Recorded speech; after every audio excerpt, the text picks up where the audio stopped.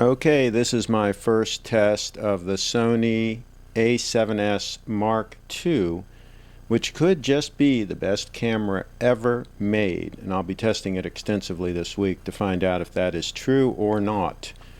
So I've got my trusty Beta 57 Shure mic here, and it's plugged in with my custom 10-foot cable right into the mic input jack on the camera. I'm shooting in 4K.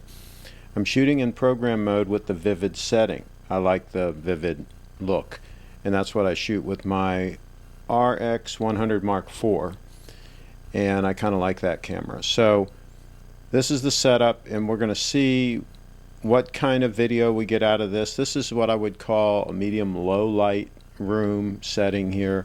We've got the lamps on in the background so we can see what kind of bokeh we get. I'm at about 50 millimeter or so on the lens. It's my 24-70 lens, f4 lens, and we're at f4.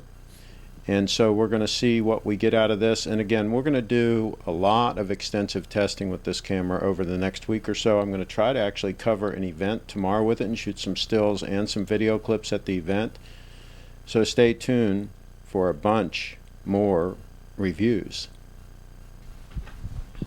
Okay, I figured I would do one more short clip so you could see kind of what's going on behind the camera and what the setup looks like. And by the way, in my previous clips when I did the unboxing and the setup and all that, you noticed the L bracket that I put on it. That's a very inexpensive L bracket that I got on eBay, and I really love those. I used the same sort of thing on my A7R before I sold it, and I have one on my NEX7 as well.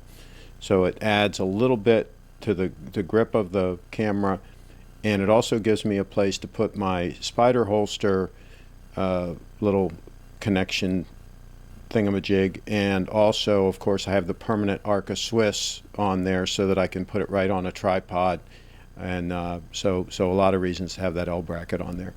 So again, stay tuned, bunch more reviews coming. Okay, so I just got this camera. B&H is cool, by the way. They got this to me overnight, and this is day of release. This is Friday, October 16, and this is the Sony A7S Mark II. And I bought the A7R when it came out, and then shortly after I bought it, they announced the A7S, and I wish I had bought that camera because I really like a camera with a capable high ISO performance. But I had the A7R and I used it for a while, and now I sold my A7R. I sold all my Nikon gear, and this is the camera that I've been waiting for. And my initial tests, which you just saw in the beginning of this video, are favorable. And I did some stills, by the way, at 12,800 ISO already, and they look very clean, so that's impressive. And what this allows us to do is we can use the f4 lenses. And by the way, with the 24-70 f4 at 70 millimeter at f4, you can still get a nice shallow depth of field on a portrait. And with the 70-200 at f4, you can really get a nice shallow depth of field at f4. And with this great high ISO capability, f4 is good enough now because you can bump your ISO way up, whereas in the past you needed to have fast glass to shoot in low light, because you couldn't bump your ISO really above ISO 6400 on most even good pro quality cameras. 6400 was kind of the ceiling.